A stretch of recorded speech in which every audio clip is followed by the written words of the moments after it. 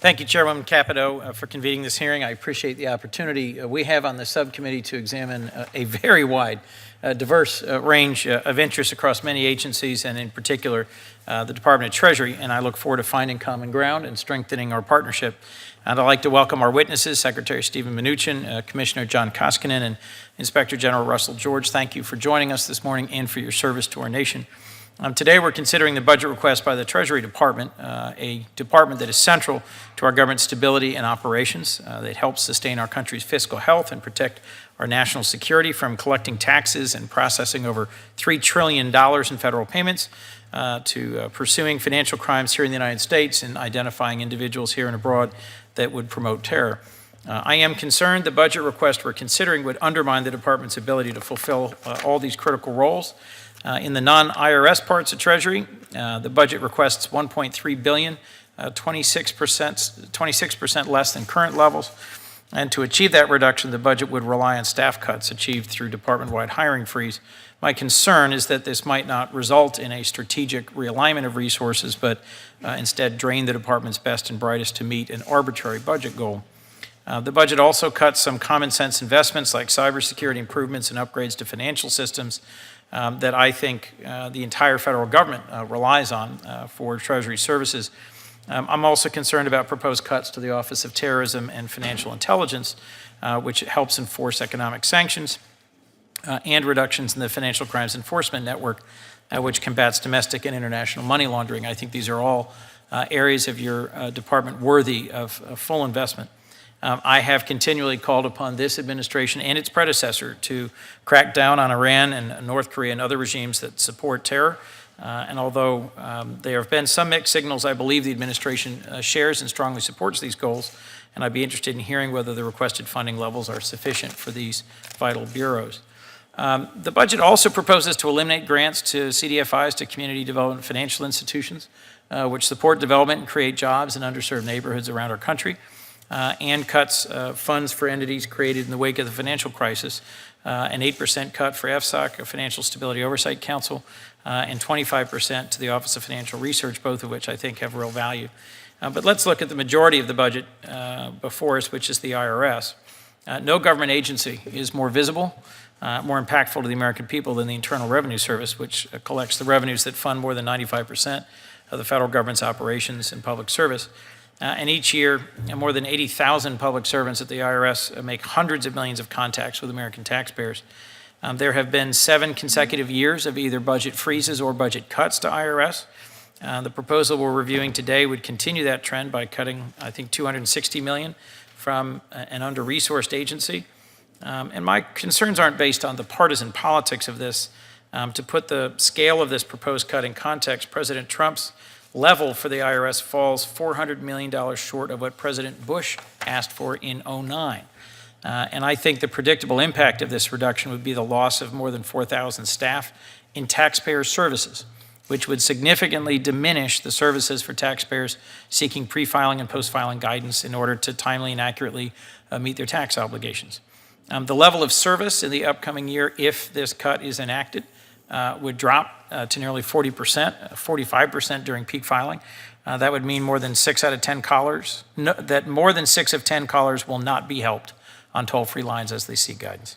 My office hears from Delawareans frustrated when their calls to IRS go unanswered or when it takes a long time to connect with an IRS official.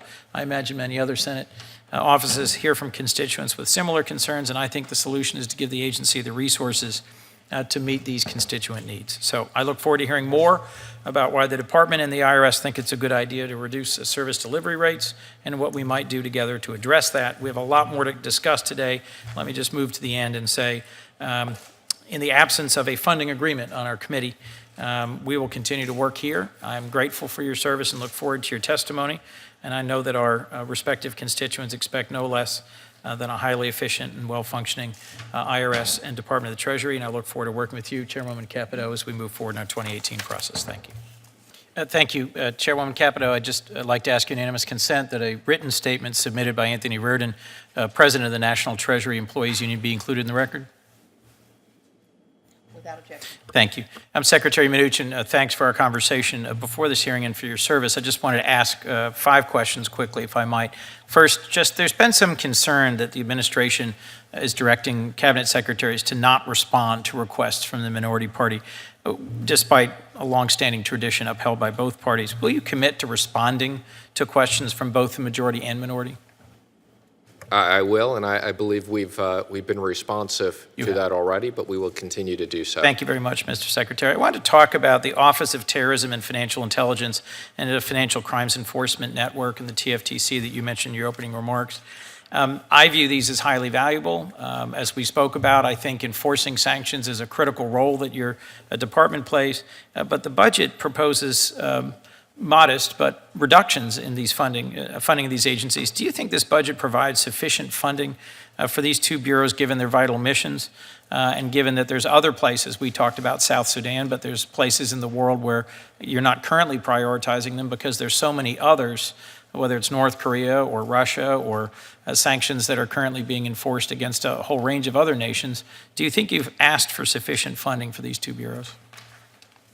Well, let me first comment. I very much believe in the sanctions authorities and what we do within the Treasury, and I'm probably spending 50% of my time on this area because it is so important and so critical to what we're doing.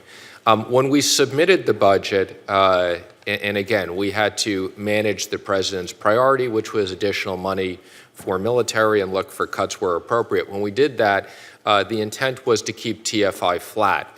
I think actually it went down slightly because we got a little bit more money this year than we had expected at the time. So the intent was to keep it flat, was not to reduce it. Now, I might add, as I mentioned to you when we had the opportunity to meet, since we've submitted the budget, we do have other requirements. One of them, as I mentioned, is the Terrorist Financing Center, where we are seeking additional funds for that. I think it's a very, very important investment over the next 10 years and very effective, and this is something that Secretary Tillerson and Secretary Mattis fully support. Well, thank you. I look forward to exploring that further, but I think we have a shared enthusiasm for vigorous sanctions enforcement in partnership with our allies, both here and in other parts of the world. Let me move to the Community Development Financial Institutions, CDFIs. The fund that supports them has strong bipartisan support because CDFIs have a record of creating jobs in underserved communities. They leverage federal funds roughly 12-1 in the last oversight analysis, investing about $3 billion a year. That's why last year's appropriations bill increased their funding 6%. But the FY2018 budget proposes to eliminate them. Would you commit to following congressional intent and fully utilizing all the funds that we provided in the FY2017 appropriations?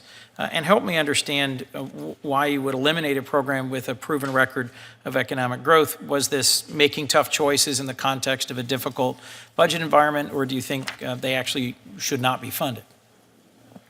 So this was, as I mentioned, in the context of making difficult choices. So I do agree that CDFIs have played an important role in the community.